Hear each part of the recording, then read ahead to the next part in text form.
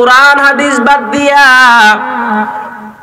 বিভিন্ন মানুষের বানানো কুফরি কালামের মাধ্যমে তাবিজ করে।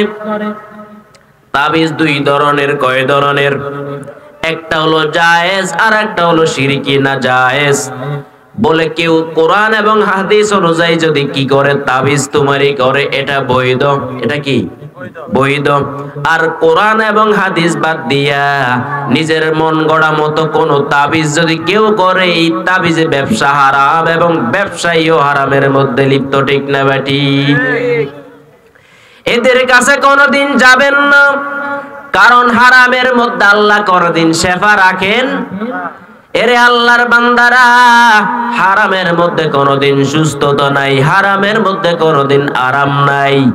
ও মুমিন মুসলমান, আল্লাহর পয়গম্বর বলেন, এরে আমার উম্মতের দল, এক নাম্বার তোমরা শিরিক থেকে বেঁচে থাকবা, কারণ শিরিক যেই ব্যক্তি করবে সেই সরাসরি জাহান্নামে চলে যাবে। দ্বিতীয় নাম্বার পয়গম্বর বলেন, এরে আমার উম্মত, ওয়াসসিহরু, তোমরা জাদু থেকে বিরত থাকবা। কি থেকে? আজকে সমাজের মধ্যে জাদু বিদ্যা বেড়ে গেছে, আসেনি? হঠাৎ দেখেন পেটের এখান দিয়ে ছুরি ঢুকায় দিছে, আবার ওই পেশ দিয়ে ছুরি বের হয়ে গেছে, কিন্তু মানুষ দাঁড়ায় আছে। আছে কি না? এটা কি জাদু নাকি কোন মুজিজা? এটা কি মুজিজা নাকি কেরামতি নাকি জাদু শয়তানি? এরে আল্লাহর বান্দারা, এই জাদু বিদ্যা হারাম, কুফরি কাজ। আজকে জাদুর মাধ্যমে সমাজের মধ্যে বিশৃঙ্খলা তৈরি হয়ে গেছে। অনেকের ব্যবসা রমরমা চলে, ব্যবসায় আল্লাহ, ব্যবসার মধ্যে তাদের বরকত বেড়ে গেছে হারাম ব্যবসা করিয়া। ও মুমিন মুসলমান, নবীজি বলেন, তোমরা জাদু বিদ্যা থেকে দূরে থাকবা। জাদু করা হারাম, জাদুকরের কাছে যাওয়াও হারাম, এবং জাদুকরের উপার্জিত সম্পদটাও হারাম। ঠিক না বেঠিক? বড় আশ্চর্যের বিষয়, আজকে সমাজের মধ্যে জাদুবিদ্যার মাধ্যমে দুইজন মানুষের সম্পর্কটাকে বিচ্ছিন্ন করে দেয়। কি বিচ্ছিন্ন করে? সম্পর্ক বিচ্ছিন্ন করে। বলো হুজুর, তা কিভাবে? আপনাদেরকে আমি উদাহরণ দেই। কথার কথা, দুইজন স্বামী স্ত্রী একে অপরের প্রতি খুব মায়াবী মানুষ, দয়াদ্রতার মানুষ, একে অপরকে অনেক মায়া দিয়া ভালোবাসে, মোহাব্বত করে অন্তর দিয়া।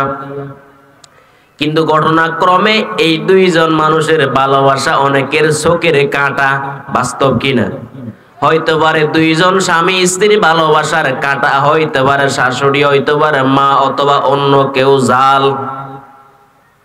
তখন কি করে? দুইজন মানুষের ভালোবাসাকে ধ্বংস করার জন্য কুফরি জাদুবিদ্যার মধ্যে লিপ্ত হয়। জাদুকরের কাছে যাইয়া দুইজন মানুষের মায়ার বন্ধনটাকে চিহ্ন করে দেয়। আছে কিনা? আছে। ও আল্লাহর বান্দারা, জাদুবিদ্যা শয়তানি কাজ। নবী বলেন, রে আমার উম্মত, জাদুকরের কাছে যাইবা না, যদি যাও ঈমান নিয়ে বেঁচে আসতে পারবা না। শয়তান একটা সিংহাসন আছে পানির উপর ভাসমান। শয়তানের সিংহাসন থাকে পানির উপরে। কিসের উপরে? মুসলিম শরীফের মধ্যে বর্ণনা আছে, শয়তান যখন সন্ধ্যাবেলা হয়, সব শয়তানের আল্লাহু আকবার চালাচমন্ডাদেরকে নিয়ে বসে বৈঠকে বসে ডাক দেয়, বলে, এ তুমি কি কাজ করলা আজকে? তোমার ডিউটি কি ছিল? বলে, মহামান্য রাজা সাহেব, আজকে আমি এই কাজ করলাম। আর একজনকে ডাক দিয়া বললেন, তুমি কি করলাম? বলে, আমি দুইজন স্বামী স্ত্রীর মাঝে বিচ্ছেদ ঘটাইয়া দিলাম, তালাকের কারবার ঘটাইয়া দিলাম। বলে, তুমি আজকে বড় ভালো কাজ করছো। তাহলে বোঝা গেল দুইজন স্বামী স্ত্রীর মাঝে বিচ্ছেদ ঘটানো এটা শয়তানি কাজ কিনা? কথা বলো, শয়তানি কাজ কিনা? কারণ শয়তানের কাজ হলো স্বামী স্ত্রীর মাঝে ঝগড়া লাগাইয়া স্বামী স্ত্রীর সুখের সংসারটাকে নষ্ট করার কাম হলো শয়তানের কাম। ঠিক না বেঠিক? আর ওই শয়তানি কাম করা হয় জাদুর মাধ্যমে। কিসের মাধ্যমে? জাদুবিদ্যার মাধ্যমে স্বামী স্ত্রীর সম্পর্কটা নষ্ট করা হয়। ও আল্লাহর বান্দারা, ও মুমিন মুসলমান, বলেন এই সেহের থেকে বাঁচার দরকার আছে কি নাই? আছে। এই জন্য আপনাদেরকে আমি একটা আমল বাতায় দিব, করবেন তো ইনশাআল্লাহ? করবেন তো ইনশাআল্লাহ?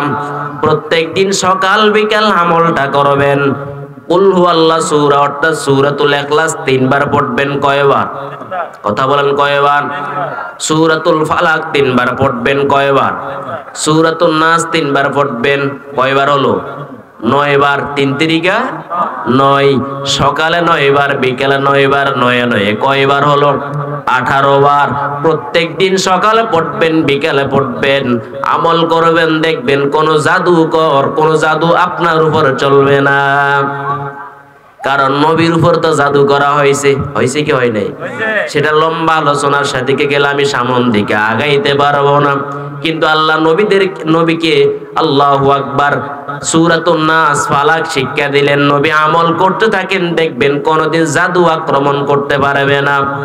এরে আল্লাহর বান্দারা, এগুলাকে বলা হয় মুআউযিজাতাইন। এগুলোর উপর আমল করবেন, খেয়াল থাকবো তো ইনশাআল্লাহ। একে একটা আমল শিখে নিলেন আজকে। কোন জাদু আপনার উপর চলবে না। শুধু জাদু না, কোন ক্ষতিকর বস্তু আপনাকে ক্ষতি করতে পারবে না।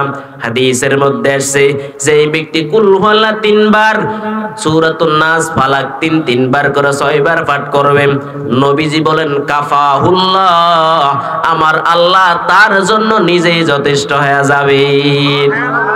এরে আল্লাহর বান্দারা, আমার আল্লাহ যদি আমার জন্য যথেষ্ট হয়, আর কিছু লাগবে নি।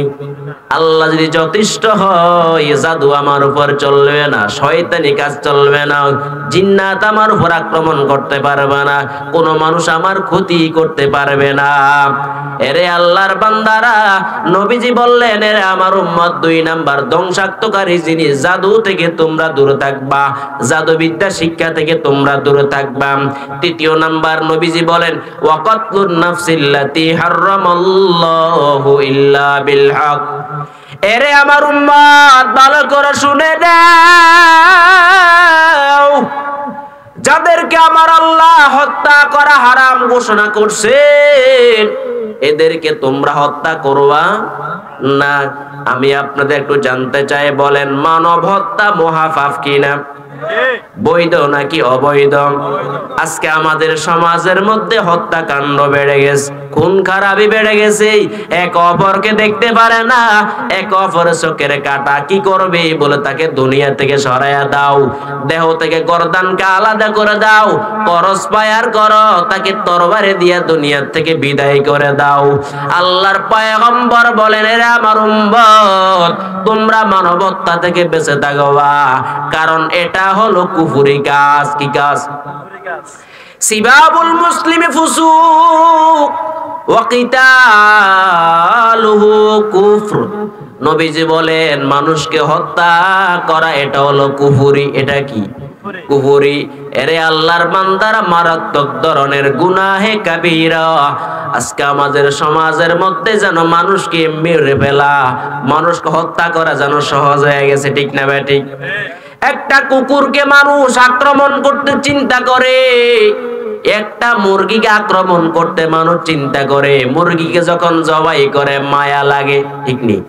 গরুকে জবাই করলে মায়া লাগে, কিন্তু মানুষ জবাই করতে তাদের মায়া লাগে না। বাস্তব কি না? এরে আল্লাহর বান্দারা, অথচ গরু জবাই করা হালাল, মুরগি জবাই করা হালাল, আর মানুষ জবাই করা হারাম। ঠিক না বেঠিক?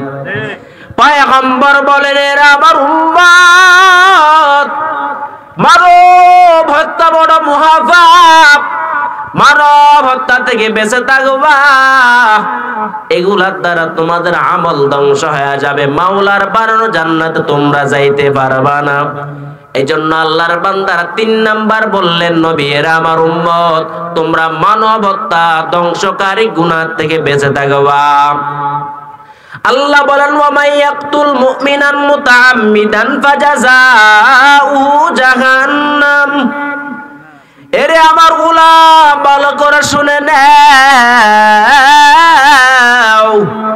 আল্লাহ তাআলা বলেন ওয়া মাই ইয়াকতুল মুমিনান মুতাআম্মিদান, যেই ব্যক্তি ইচ্ছাকৃতভাবে কোন মুমিন মুসলমানকে হত্যা করবে, আল্লাহ বলেন ফাজাজাউহু জাহান্নাম, তার ঠিকানা হলো জাহান্নাম। ঠিকানা কি? জাহান্নাম। বলেন মানুষ হত্যা করলে ঠিকানা জান্নাত নাকি জাহান্নাম? জাহান্নাম। জোরে বলেন। জাহান্নাম। বলেন জান্নাতে আরাম নাকি জাহান্নামে আরাম? কোনটাতে যাবেন? জান্নাতে যাবেন নাকি জাহান্নামে যাবেন? মাওলার জান্নাতে যদি যেতে যাও, মানব হত্যা থেকে বেঁচে থাকিও। আল্লাহ বলেন গোলাম, তোমাদের জন্য আমি আল্লাহ জান্নাত বানাইলাম, তবে অপরাধের সাথে জড়িত যদি হইয়া যাও, আমার আল্লাহর জান্নাতে যাইতে পারবা না। কারণ কোন অপরাধী অপরিচ্ছন্ন ব্যক্তিকে আমার আল্লাহ কোনদিন জান্নাত দিবে না। এই জন্য নবী বলেন তোমরা হত্যার মতো মহাপাপ থেকে বেঁচে থাকবা। যেই ব্যক্তি হত্যা করবে ওই ব্যক্তি নিজেকে ধ্বংস করে ফেলবে। ঠিক না ঠিক? এজন্য আল্লাহ বলেন ইয়া আইয়ুহাল্লাযীনা আমানু ইয়াদআলাম दीदार दिखाते नहीं आवाज सुना दो, दीदार दिखाते नहीं आवाज सुना दो। मैं सूरत यूसुफ को नहीं चाहने वाला, मैं सूरत यूसुफ को नहीं चाहने वाला, मैं कैस के मानंद नहीं आशिक लैला, मैं कैस के मानंद नहीं आशिक लैला, मैं आशिक मौला हूँ मेरा इश्क दीवाना, मैं आशिक मौला हूँ मेरा इश्क दीवाना। ये जुमला जहाँ जिसकी तजल्ली से उजाला, ए जुमला जहाँ जिसकी तजल्ली से उजाला। ঐতিহ্যবাহী ডাক্তারপাড়া নোমানাবাদ জামা মসজিদ আনোয়ারা সমাজ কল্যাণ ফাউন্ডেশন ও এলাকাবাসীর যৌথ উদ্যোগে আয়োজিত অধ্যকার এই মহতি জলসার মোহতারাম শ্রদ্ধাভাজন সম্মানিত সভাপতি সাহেব, দিগর হযরত উলামায়ে কেরাম, আমার সামনে উপবিষ্ট দিন প্রিয় আল্লাহ পাকের প্রিয় বান্দাগণ, শুকরিয়া আদায় করছি মহান রব্বে কায়নাতের দরবারে যে মহান দয়াময় রব্বুল আলামিন আমাকে আপনাকে সুস্থ রেখে তৌফিক দান করে আজকের এই গুরুত্বপূর্ণ মজলিসে উলামা সোলাহা উরাফাদের এই দামি মজলিসে আল্লাহ পাক আমাদেরকে একত্রিত হয়ে সমবেত হওয়ার তৌফিক দান করছেন।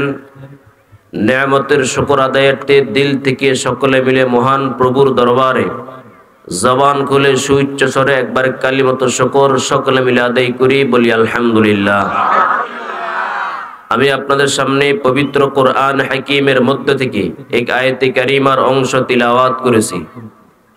রাসূল খুদা সাল্লাল্লাহু আলাইহি ওয়াসাল্লামের জবান আথারের অসংখ্য অগণিত হাদিসে শরীফা থেকে সহিহুল বুখারী শরীফের 2766 নম্বর হাদিস আপনাদের সামনে পেশ করেছি।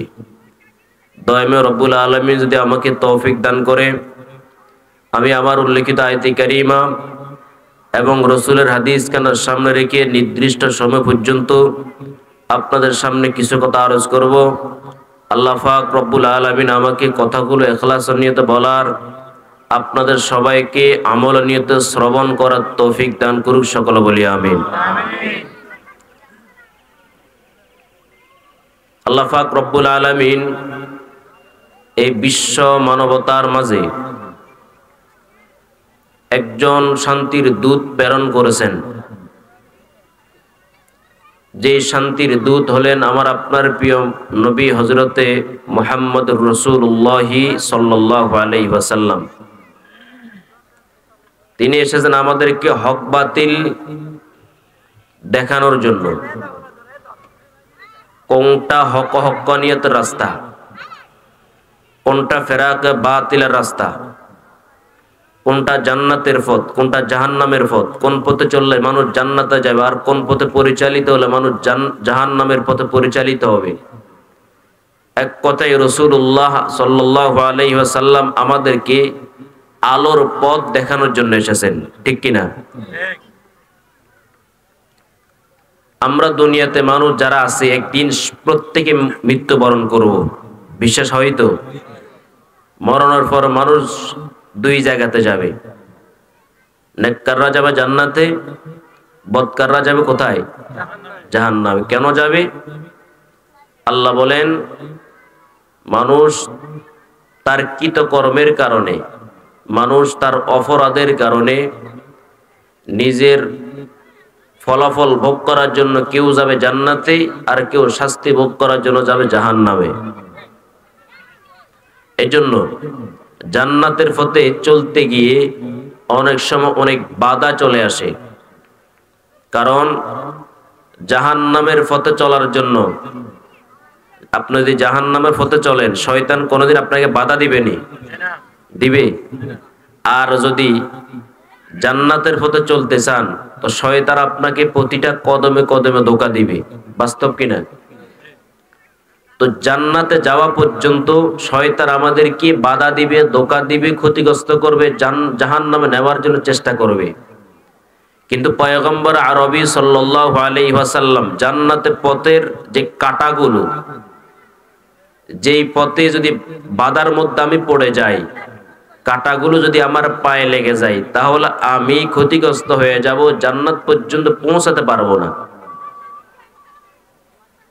এই জন্য মানুষ তার কৃতকর্মের কারণে জাহান্নামে যায়। কিসের কারণে? কৃতকর্মের কারণে। আমি সরাসরি আলোচনার দিকে যাচ্ছি, মনোযোগ আছে তো ইনশাআল্লাহ? সহিহুল বুখারী শরীফের প্রথম নম্বর খণ্ডের হাদিস 2766 নম্বর হাদিস। আল্লাহ রাসূল বলেন, এ আমার উম্মত, তোমরা 7টা ধ্বংসাত্মক জিনিস থেকে বেঁচে থাকবা। কয়টা? যে 7টা ধ্বংসাত্মক জিনিস মানুষকে জাহান্নামে নিয়ে যাবে, জান্নাতে নিতে পারবে না। কয়টা? এই 7টা জিনিস খেয়াল রাখবেন। এই 7 কারণে মানুষ বেশিরভাগ জাহান্নামে যাবে। পয়গম্বর বলেন, ইজতানিবুস সাবআল মুবিকাত, এরে আমার উম্মতের দল ভালো করে শুনে নাও, তোমরা 7টা ধ্বংসাত্মক জিনিস থেকে বেঁচে থাকবা। কয়টা?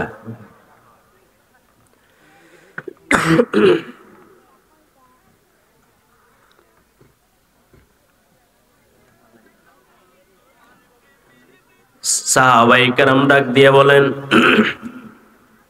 ও পয়গম্বর, যে 7টা জিনিস ধ্বংসাত্মক মানুষদেরকে জাহান্নাম থেকে জান্নাত থেকে জাহান্নামের পথের দিকে নিয়ে যাবে, ও পয়গম্বর আমাদেরকে বলে দেন সেই ধ্বংসাত্মক জিনিসগুলো কি?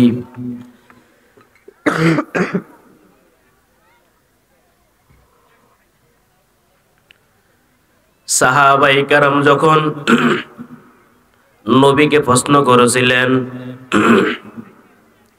আল্লাহর পয়গম্বর বলেন, এরে আমার উম্মত ভালো করে শুনে নাও, 7টা ধ্বংসাত্মক জিনিস, যে 7টা জিনিস মানুষ করলে, আমল করলে জাহান্নামে চলে যাবে,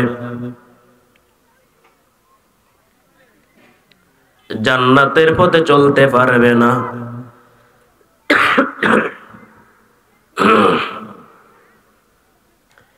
এক নাম্বার হলো আশিরকু বিল্লাহ। এরে আমার উম্মত ভালো করে শুনে নাও, 7টা ধ্বংসাত্মক জিনিস, 7টা ক্ষতিগ্রস্ত জিনিস, এগুলো থেকে তোমরা বেঁচে থাকবা। যদি তোমরা বাঁচতে পারো জান্নাতে যাইতে পারবা, আর যদি এগুলার মধ্যে লিপ্ত হয়ে যাও জান্নাতে যাইতে পারবা না, জাহান্নামে চলে যাইবা। তার মধ্যে প্রথম নাম্বার হলো আশিরকু বিল্লাহ, আল্লাহর সাথে শিরিক করা। কার সাথে? কার সাথে? আল্লাহর সাথে যদি তোমরা শিরিক করো জান্নাতে যাইতে পারবা না। কারণ কোন মুশরিককে আমার আল্লাহ জান্নাতে নিবেন না। যারা মুশরিক তারা বেঈমান, আর কোন বেঈমানের জন্য আমার আল্লাহ জান্নাত বানাই নাই। আমার আল্লাহ বলেন, যে ব্যক্তি শিরিকের মধ্যে লিপ্ত হয়ে যাবে আমি আল্লাহ ঘোষণা দিলাম তার জন্য আমি আল্লাহ আমার বানানো জান্নাত হারাম করে দিলাম। কোরআনের মধ্যে আল্লাহ বয়ান করেন, এরে আমার বান্দারা ভালো করে শুনে নাও, তোমরা দুনিয়ার জমিনে আসিয়া যত বড় বড় অপরাধ করবা সব অপরাধ আমি আল্লাহ ক্ষমা করে দিব। উম্মত ভালো করে শুনে নাও, তবে তোমরা যারা শিরিকের মধ্যে লিপ্ত হয়ে যাইবা তোমাদের শিরিকের গুনাহ আমি আল্লাহ কোনদিনও মাফ করব না। ইন্নাল্লাহা লা ইয়াগফিরু আন ইউশরাকা বিহি ওয়া ইয়াগফিরু মা দুনা যালিকা লিমান ইয়াশা। এরে পৃথিবীর মানুষ ভালো করে শুনে নাও, শিরিক জঘন্য অপরাধ, শিরিক বড় মারাত্মক। এই শিরিক অমার্জনীয় অপরাধ। আজকে আমাদের সমাজের মধ্যে শিরিক আছে কি নাই? অনেকে করে প্রকাশ্য শিরিক, আবার অনেকে করে গোপনীয় শিরিক। আমাদের সমাজের মধ্যে অনেক ভণ্ড মাজার আছে, দরবার আছে, অনেক ভণ্ড পীরের দরবার, যেখানে যাইয়া নারী পুরুষ বাবার কদমে যাইয়া সেজদা দেয়, কবর যাইয়া সেজদা দেয়। আছে কি নাই? এরা হলো প্রকাশ্য শিরিকের মধ্যে লিপ্ত মুশরিকেরা। আর যারা শিরিকের মধ্যে লিপ্ত হয়ে যাবে আল্লাহ বলেন, গোলাম জান্নাতের আশা কোনোদিনও করবা না। এজন্য আল্লাহর বান্দারা পয়গম্বর বলেন, এরা আমার উম্মত, যত ধরনের শিরিক হয় প্রকাশ্য অথবা অপ্রকাশ্য, সব ধরনের শিরিক থেকে তোমরা বেঁচে থাকবা।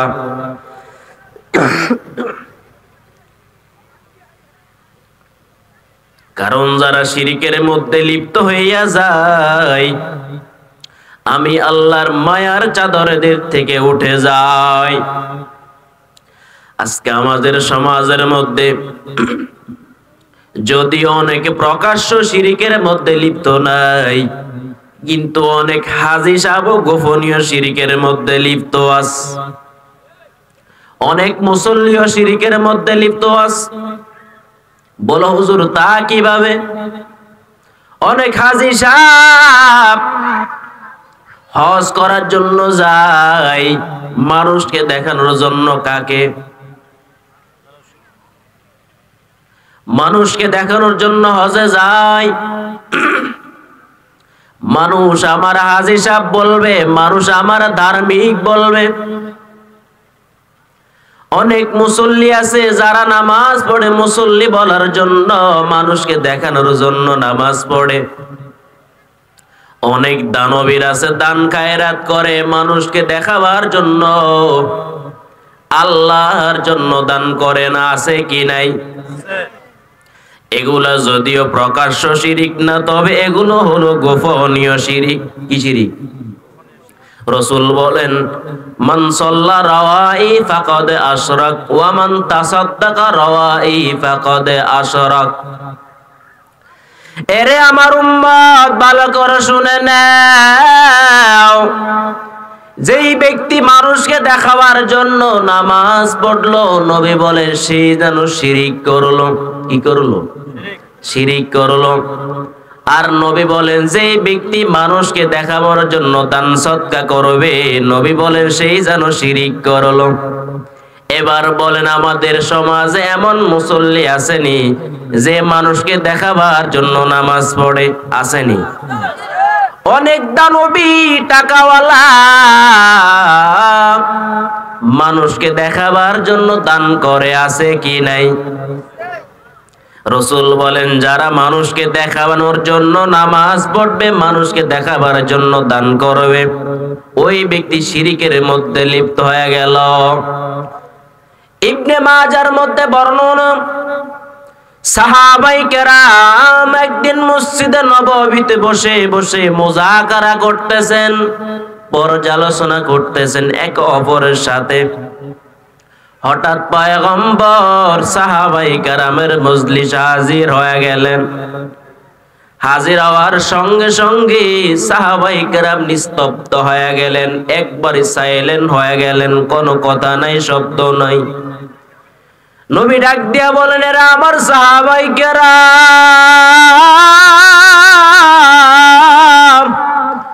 তোমরা কি নিয়ে আলোচনা করতেছো? সাহাবায়ে কেরাম বলেন ও পয়গম্বর, নাহনু নাতাযাকারু আল মাসিহাদ দাজ্জাল। ও পয়গম্বর, আমরা ফিতনাকারী মাসিহে দাজ্জাল সম্পর্কে আলোচনা করতেছি। আল্লাহর পয়গম্বর তখন ডাক দিয়া বলেন রে আমার উম্মত, তোমরা কি জানো মাসিহে দাজ্জালের চাইতেও আরো ভয়ানক ফিতনা তোমাদের মাঝে আছে? আমি কি তোমাদেরকে মাসিহে দাজ্জালের চাইতেও আরো ভয়ানক ফিতনার কথা বলবো নি? সাহাবায়ে কেরাম বলেন ও পয়গম্বর, মাসিহে দাজ্জালের চাইতে ভয়ানক ফিতনার কি আছে একটু জানায়া দেন। নবীজি বলেন আশ-শিরকুল খাফি,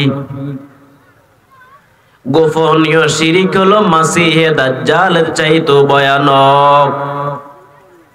এবার সাহাবায়ে কেরাম বলেন নবী,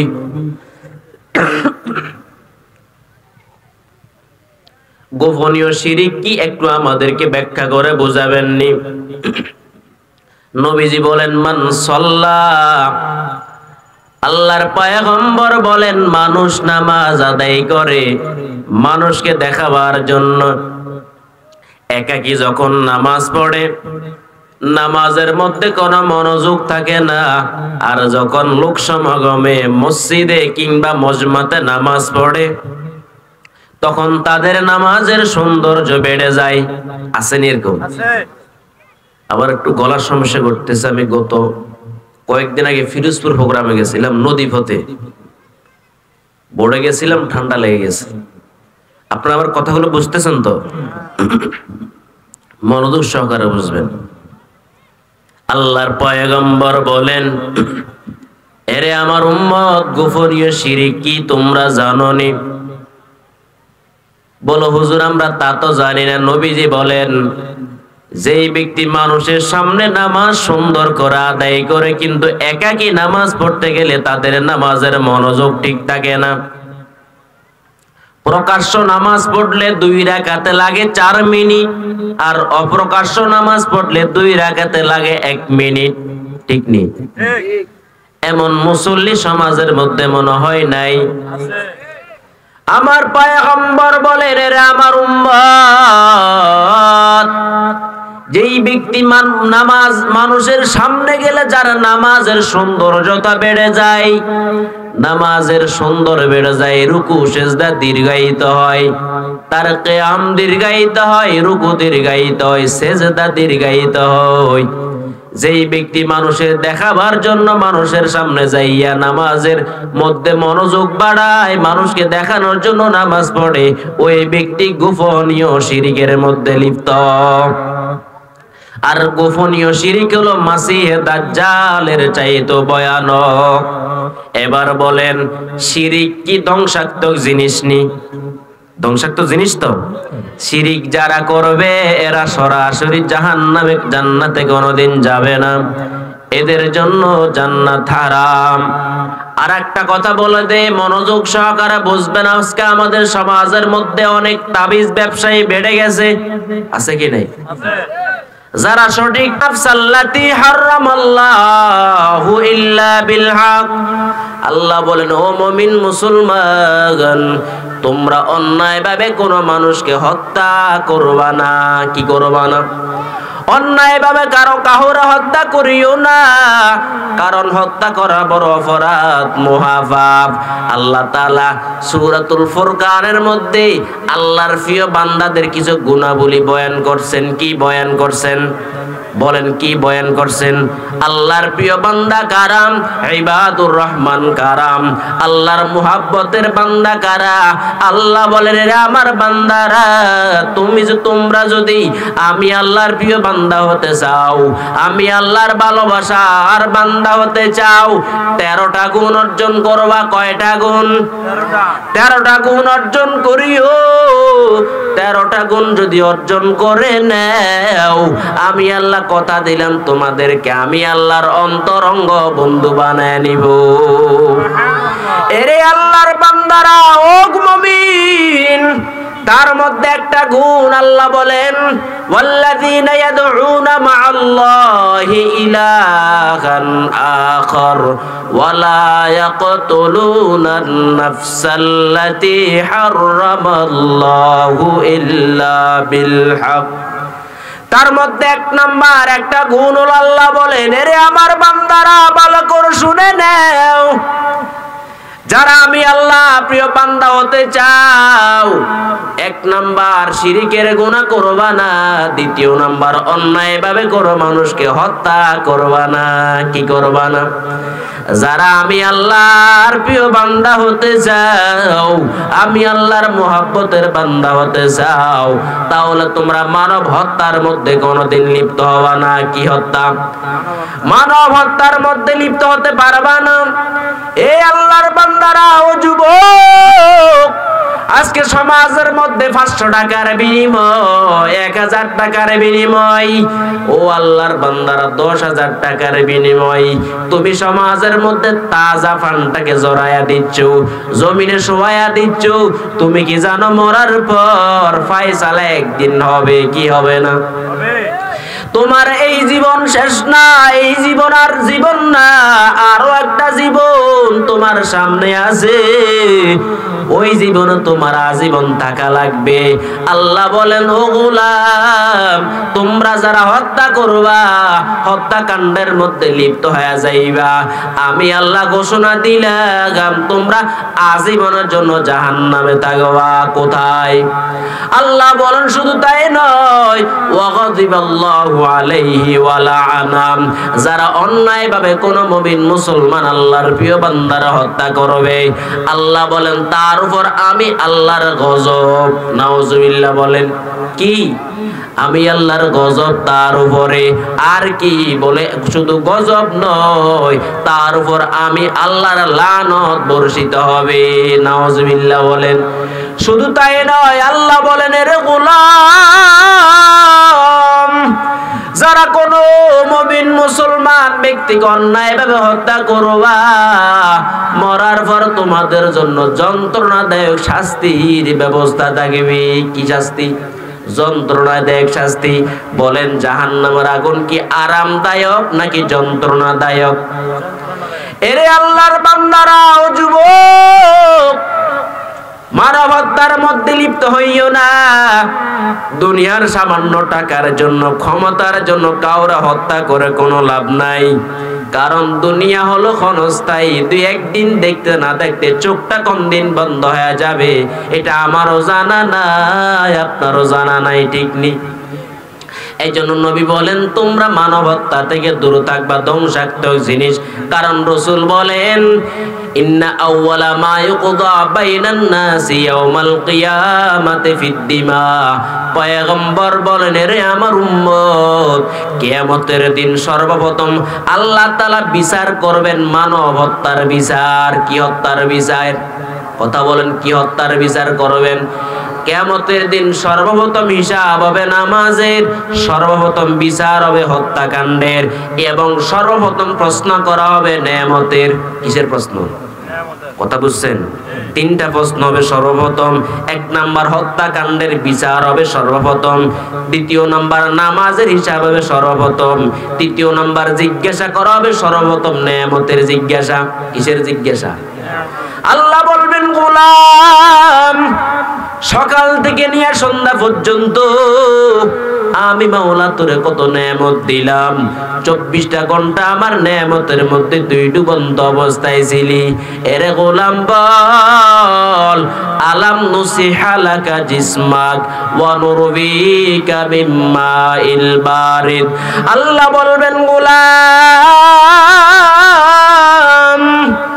আমি আল্লাহ দুনিয়া থেকে তোর শরীরটাকে ভালো রাখি নাই। কি বলবেন? আমি কি তোর শরীরটাকে ভালো রাখি নাই?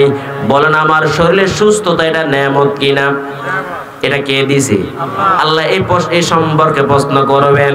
এই জন্য আল্লাহর বান্দারা আল্লাহ বলেন গোলাম হত্যাকাণ্ড থেকে বেঁচে থাকবা। যারা হত্যাকাণ্ড থেকে বেঁচে থাকতে পারবা না তোমাদের উপর আমি আল্লাহর গজব, আমি আল্লাহর লানত, এবং তোমরা চিরস্থায়ী ভাবে জাহান্নামে পড়ে থাকবা। চতুর্থ নাম্বার পয়গম্বর বলেন রে আমার উম্মত ভালো করে শুনে নাও, ওয়া আকলুর রিবা, তোমরা সুদ খানা থেকে বেঁচে থাকবা। কি খানা? সুদ খানা থেকে বেঁচে থাকবা। বলেন সুদ খাওয়া হালাল নাকি হারাম? বৈধ নাকি অবৈধ? হালাল মাল নাকি হারাম মাল? এরে আল্লাহর বান্দারা আজকে সমাজের মধ্যে অনেক মুসল্লি আছে, নামাজ পড়তে পড়তে কুফালা দাগ বসায় ফেলছে, বাইতুল্লাহর গিলাফ ধরে কত শতবার লাব্বাইকের আওয়াজ দিছে, কিন্তু ওদিকে সুদের সাথে জড়িত আছে কি নাই? আল্লাহ বলেন গোলাম হারাম খাইয়া সুদের মাল খাইয়া একবার দুইবার নয় বাইতুল্লাহর গিলাফ ধরে যদি আজীবন লাব্বাইকের আওয়াজ দাও তোমার একদিনের লাব্বাইক আমার আল্লাহ দরবারে কবুল হবে না। সুদ খাইয়া তুমি যদি নামাজ পড়তে পড়তে তোমার কপালের মধ্যে যদি দাগটা বসাইয়া নাও তোমার কপাল দাগ হবে, কিন্তু আমল আল্লাহর দরবারে কবুল হবে না। ঠিক না বেটি? কারণ আমল কবুল হওয়ার জন্য সর্বপ্রথম শর্ত হলো হালাল খানা ভক্ষণ করা। কি খানা? কারণ আল্লাহ তাআলা বলেন ইয়া আইয়ুহার রাসূলু কুলু মিনাত তাইয়্যিবাত ওয়া'মালু সালিহান। আল্লাহ তাআলা নবী রাসূলদেরকে ডাক দেয়া বলেন ওগো আমার পয়গম্বরেরা ভালো করে শুনে নাও, আমি আল্লাহ আপনাদেরকে ঘোষণা দিলাম কুলু মিনাত তাইয়্যিবাত, আপনারা আগে হালাল খানা খান, এরপর ওয়া'মালু সালিহান এক কাজ করেন। তাহলে আগে হালাল খানা পরে হলো ইবাদত। ঠিক না বেঠিক? এরে আল্লাহর বান্দারা হালাল খানা খাইও, হালাল খানা খাইয়া যদি একটা সেজদা আমার মাওলার কদমে যাইয়া দাও এক সেজদার বিনিময়ে আল্লাহ জান্নাত ওয়াজিব করে দিবেন। আর হারাম খাইয়া আজীবন যদি সেজদা দাও একদিনের সেজদা আল্লাহর দরবারে কবুল হবে না। এজন্য পয়গম্বর বলেন উম্মত তিনটা আমল করবা, মরার পর আমার আল্লাহ সঙ্গে সঙ্গে জান্নাত দান করবেন। কয় কাজ? তিন কাজ। এক নাম্বার আল্লাহর পয়গম্বর বলেন মান আকালা তাইয়্যিবা ওয়া আমিলা বিসুন্নাতিন ওয়া ফি রাওয়ায়াতিন ওয়া আমিলা ফি সুন্নাতিন ওয়া আমিনান নাসু বাওয়াইকাম। পয়গম্বর বলেন রে আমার উম্মত ভালো করে শুনে নাও, নাও, তিনটা কাজ করবা মরার পর জান্নাত। এক নাম্বার খানা খাইবা হালাল খানা, দ্বিতীয় নাম্বার আমল করবা সুন্নত মোতাবেক, তৃতীয় নাম্বার মানুষকে তোমার হাত থেকে নিরাপদের ব্যবস্থা রাখবা। এই তিন কাজ যদি করো মরার পর আমার আল্লাহ জান্নাত দিয়ে দিবি। এজন্য ও আল্লাহর বান্দারা, এরে যুবক, আগে হালাল খানা খাইও, হালাল খানা খাইয়া ইবাদতের জন্য কদম বাড়াইও, তাহলে আমার আল্লাহর দরবার আমল কবুল হয়ে যাবে, ঠিক না বেঠিক? এজন্য আল্লাহর বান্দারা, আল্লাহ বলেন ইয়া আইয়ুহাল্লাযীনা আমানু লা তাকুলুর রিবা আদআফাম মুদাআফা। আল্লাহ বলেন এরে আমার বান্দা বান্দিরা, তোমরা হারাম খাইও না, তোমরা সুদ খাইও না। কার কথা? আল্লাহর কথা। আল্লাহ বলেন তোমরা চক্রবর্তী হারে সুদ খাইও না, আমি আল্লাহর ভয় কর। যদি তোমরা আমি আল্লাহর ভয়ে সুদ ছেড়ে দেও, আমি আল্লাহ ঘোষণা দিলাম তোমরা সফলতার দ্বার প্রান্তে উপনীত হয়ে যাইবা। অন্য আয়াতে আল্লাহ বলেন ইয়া আইয়ুহাল্লাযীনা আমানুত্তাকুল্লাহ ওয়া যারু মা বাকিয়া মিনার রিবা ইন কুনতুম মুমিনিন ফা ইন লাম তাফআলু ফাআযানু বিহারবিন মিনাল্লাহি ওয়া রাসূলি। আল্লাহ বলেন রে ঈমানদারের দল, আমি আল্লাহর ভয় করিও এবং তোমরা সুদের লভ্যাংশ পরিত্যাগ করিয়া দাও, তাহলে আমি আল্লাহ ঘোষণা দিলাম তোমরা মুমিন হয়ে যাইবে। সুবহানাল্লাহ। আর যারা সুদের মধ্যে লিপ্ত হইয়া যায়, এরা ঈমানদারের মধ্যে পরিপূর্ণ ঢুকতে পারে নাই, ঈমানদারের মধ্যে ভালোভাবে গণ্য হয় নাই। কারণ আল্লাহ বলেন ইন কুনতুম মুমিনিন, যদি তোমরা প্রকৃত ঈমানদার হও তাহলে সুদ থেকে তোমরা বিরত থাকো। কারণ আল্লাহ বলছেন দুই ধরনের ব্যক্তির সাথে আমি আল্লাহ যুদ্ধ করব। কয় ধরনের ব্যক্তির সাথে? বলেন কয় ধরনের? সংক্ষিপ্ত বলেন, আমার সময় অল্প। কয় ধরনের? এক নাম্বার, দুনিয়াতে যারা আল্লাহ প্রিয় বান্দা আলেম উলামা মসজিদ মাদ্রাসার হুজুরদের সঙ্গে যারা আল্লাহ প্রিয় বান্দা, এরা আলেম উলামা, এরা আল্লাহর প্রিয় বান্দারা যারা আল্লাহর ওলিদের সঙ্গে দুশমনী রাখবে, আদাওয়াতি রাখবে, আল্লাহ বলেন এদের সাথে আমি আল্লাহ যুদ্ধ করার জন্য তৈরি হয়ে গেলাম। দ্বিতীয় নাম্বার আল্লাহ বলেন যারা সুদ ছাড়বে না, সুদের সঙ্গে জড়িত হয়ে যাইবে, আমি আল্লাহ তাদের সঙ্গে যুদ্ধ করব। বলি নাউজুবিল্লাহ। এজন্য আল্লাহর বান্দারা, চতুর্থ নাম্বার সুদ খাওয়া যাবে, সুদ থেকে বিরত থাকা লাগবে।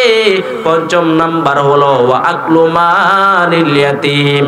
আল্লাহর পয়গম্বর বলেন রে আমার উম্মতের দল, তোমরা অন্যায়ভাবে ইয়েতিমের মাল ভক্ষণ করা থেকে বিরত থাকবা। আজকে সমাজের মধ্যে অনেক মানুষ দেখা যায় যারা অন্যায়ভাবে ইয়েতিমের মাল আত্মসাৎ করা আছে কি নাই? ইন্নাল্লাযীনা ইয়াকুলুনা আমওয়ালাল ইয়াতামা যুলমা ইন্নামা ইয়াকুলুনা ফি বুতুনিহিম নারা। আল্লাহ বলেন রে মানুষ, ভালো করে শুনে নাও, যারা অন্যায়ভাবে ইয়েতিমের মাল আত্মসাৎ করবে, আল্লাহ বলেন তারা যেন তাদের পেটের মধ্যে আগুন ঢুকাইলো। কি ঢুকাইলো? আগুন ঢুকাইলো। এইজন্য আল্লাহ বলেন ওয়ালা তাকরাবু মালাল ইয়াতীম। এরে আমার বান্দারা, তোমরা ইয়েতিমের মাল আত্মসাৎ করবা তো দূরের কথা, ইয়েতিমের মালের ধারে কাছেও যাইও না। এইজন্য আল্লাহর বান্দারা, আমরা ইয়েতিমের মাল ভালোভাবে বুঝাইয়া দিব তো ইনশাআল্লাহ। ষষ্ঠ নাম্বার হলো আল্লাহর পয়গম্বর বলেন ওয়াতাওয়াল্লি ইয়াউমাজ যাহাব। এরে আমার উম্মত, ভালো করে শুনে নাও, যুদ্ধ শুরু হয়ে গেছে। একদিকে মুসলমান আর একদিকে কাফের। মুসলমান যুদ্ধ করে আল্লাহর বিধান জমিনে কায়েম করার জন্য, কালিমার পতাকা উড্ডীন করার জন্য। আর বেঈমানরা মুসলমানের বিরুদ্ধে যুদ্ধ করে মুসলমানকে খতম করিয়া তাদের মিশন বাস্তবায়ন করার জন্য। নবীজি বলেন এরা আমার উম্মত, যখন কাফেরদের সঙ্গে নবী সামনাসামনি যখন যুদ্ধে অবতীর্ণ হয়ে যাইবা, কালিমার পতাকা উত্তীর্ণ হওয়ার আগে তোমরা যুদ্ধের ময়দান থেকে বেগে যাইবা না। যদি তোমরা যুদ্ধের ময়দান থেকে বেগে যাও, তাহলে তোমাদের জন্য ধ্বংস অনিবার্য। কারণ যুদ্ধের ময়দানে যাইয়া যদি শহীদ হয়ে যায়, মরার পর আমার আল্লাহ বিনা হিসাবে জান্নাত দিয়ে দিবেন। কারণ জান্নাতে যাওয়ার সহজ রাস্তা হলো শাহাদাতের মৃত্যু। কি মৃত্যু? শাহাদাতের মৃত্যু। এজন্য আল্লাহর বান্দারা একদিন যুদ্ধ হবে, গজওয়াতুল হিন্দ। প্রস্তুত আছেন তো ইনশাআল্লাহ? এরে আল্লাহর বান্দারা, কিয়ামতের আগে পুরা দুনিয়ার মধ্যে ইসলামী রাজ কায়েম হয়ে যাবে, কোরআনী শাসন বাস্তবায়ন হবে। কারণ মুসলমানদের সমাজে কোরআনের বিধান কায়েম হওয়া ছাড়া সমাজের মধ্যে কোনোদিন শান্তি আসবে না, ঠিক না বেটি? 7 নাম্বার পয়গম্বর বলেন ওয়াকাযুল মুহসানাতিল গাফিলাতিল মুমিনাত। আল্লাহর পয়গম্বর বলেন, এরা আমার উম্মত, কোন অসহায় নিরপরাধী নারীর বিরুদ্ধে অপবাদ দেওয়া থেকে তোমরা বিরত থাকবা। আজকে আমাদের সমাজের মধ্যে এমন বহু মানুষ আছে যারা নারীদের বিরুদ্ধে জিনার তুহমত দেয়, আছে কি নাই? আল্লাহ বলেন ইন্নাল্লাযীনা ইয়ারমুনাল মুহসানাতিল গাফিলাতিল মুমিনাত লুইনু ফিদ দুনিয়া ওয়াল আখিরাহ ওয়া লাহুম আযাবুন আযীম। আল্লাহ বলে যারা নিরপরাধী ইমানদার নারীর বিরুদ্ধে জিনার তুহমত দিবেন, আল্লাহ বলেন তাদের উপর আমি আল্লাহর দুনিয়াতেও লানত বর্ষিত হবে এবং মরার পর পরকালও তাদের উপর লানত বর্ষিত হবে, বলে নাউযুবিল্লাহ। শুধু তাই নয়, আল্লাহ বলেন ওয়াল্লাযীনা ইয়ারমুনাল মুহসানাত সুম্মা লাম ইয়াতু বিআরবাআতি শুহাদা ফাজলিদুহুম 80 জালদা লা তাকবালু লাহুম শাহাদাতান আবাদা ওয়া উলাইকা হুমুল ফাসিকুন। আল্লাহ বলেন যারা ঈমানদার নারীর বিরুদ্ধে জিনার তহমত দিবে, মিথ্যা অপবাদ দিবে, মিথ্যা অপবাদ দেওয়ার পর সুম্মা লাম ইয়াতু বিআরবাতি শুহাদা, তার মিথ্যা অপবাদের পক্ষে যে 4 জন সাক্ষী উপস্থিত করতে না পারে, আল্লাহ বলেন ওই মিথ্যা তহমতকারীর উপরে 80টা বেত্রাঘাত করবা। কয়টা? 80টা বেত্রাঘাত। এবং আল্লাহ বলেন কিয়ামতের আগে কোনদিন নায়ের পক্ষে তারা সাক্ষী গ্রহণ করা হবে না। শুধু তাই নয়, আল্লাহ বলেন তারা হলো ফাসিক। তারা কি? ফাসিক। এই জন্য সমাজের মধ্যে নারী আছে, ইসলামের সমাজের মধ্যে ইসলাম নারীদের সম্মান সবচেয়ে বৃদ্ধি করছেন, সুবহানাল্লাহ। কারণ নারীদের সম্মান ইসলামে যেই পরিমাণ বৃদ্ধি করা হয়েছে আর কোন ধর্মে নারীদের সম্মান এরকম বৃদ্ধি করা হয় নাই, ঠিক না বেটি? কারণ আল্লাহ বলেন যারা নারীর বিরুদ্ধে জিনার তহমত দিবে, মিথ্যা তহমত দিবে, তাদের উপর আমি আল্লাহ লানত দুনিয়াতেও পরকালেও। এবং আল্লাহ বলেন যারা নারীর বিরুদ্ধে জিনার তহমত দিবে দুনিয়াতে তাদের উপর 80টা বেত লাগাইবা এবং মরার আগে কিয়ামত পর্যন্ত কোনদিন তাদের সাক্ষী গ্রহণ করা হবে না। এবং যারা নারীদের বিরুদ্ধে জিনার তহমত দিবে, আল্লাহ বলেন তারা হলো ফাসিক। তারা কি? ফাসিক। এই জন্য পয়গম্বর বলছেন এটা 7টা ধ্বংসকারী জিনিস থেকে তোমরা বেঁচে থাকবা। এই জন্য আল্লাহর বান্দারা, আমার সময় শেষ, এই 7টা জিনিস থেকে আমরা বেঁচে থাকবো তো ইনশাআল্লাহ। এই 7টা জিনিস থেকে যদি তোমরা বাঁচতে পারো, আমার আল্লাহ মরার পর জান্নাত দিয়ে দিবেন। আর শিরকের গুনার মধ্যে লিপ্ত হইয়া, ধ্বংসকারী গুনার মধ্যে লিপ্ত হইয়া যদি যাও, তাহলে আল্লাহর জান্নাতে যাওয়া কঠিন হয়ে যাবে, জান্নাতে যাওয়া সহজ হবে না। এই জন্য আমরা এই 7টা জিনিস থেকে বেঁচে থাকবো তো ইনশাআল্লাহ। আল্লাহ আমাদের সবাইকে এই ধ্বংসকারী 7টা জিনিস